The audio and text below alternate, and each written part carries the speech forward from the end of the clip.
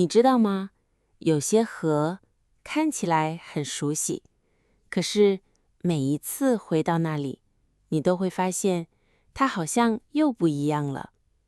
有时候河水很清，太阳照下来，水面亮亮的；有时候下过一场雨，河水会变得很深，也会变得有一点黄。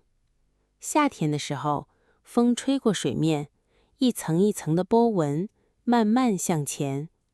冬天的时候，河边很安静，风也变得冷了一些。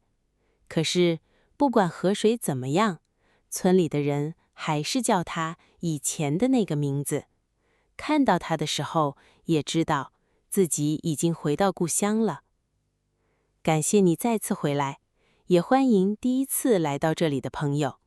希望接下来的几分钟能带给你一点平静，一点放松，也陪你一起学习一点中文。现在，让我们继续说说这条故乡的河。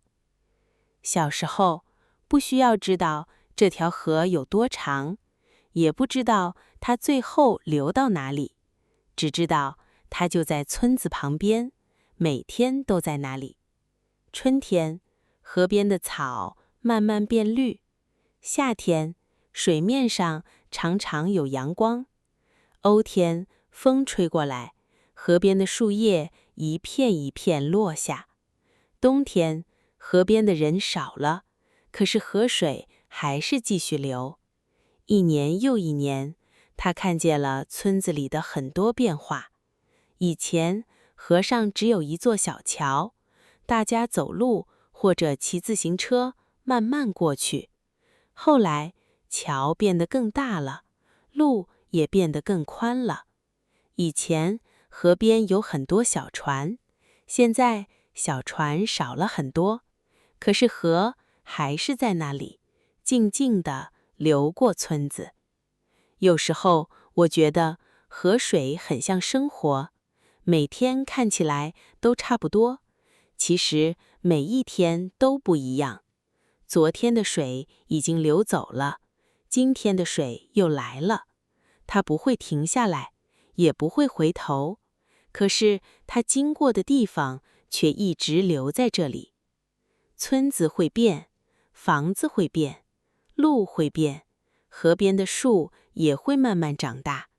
但是，当人们再次站在河边，还是会有一种很熟悉的感觉。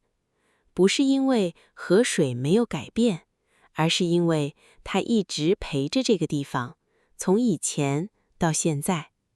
它看见人们来来去去，也看见村子一年一年慢慢变成现在的样子。也许一条河最特别的地方，不是它有多长，也不是它有多漂亮，而是它一直在流，一直向前，却也一直留在人们记得的地方。如果有一天你再次回到故乡，路过那条河，可以停一会儿，看看水面，看看桥，也看看河边的树。你会发现，有些地方真的变了很多，但也有一些东西还是那么熟悉。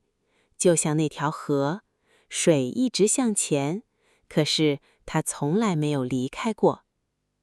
今天的故事就分享到这里，感谢你的陪伴。希望下一次我们还能一起听故事、学中文。我们下次再见。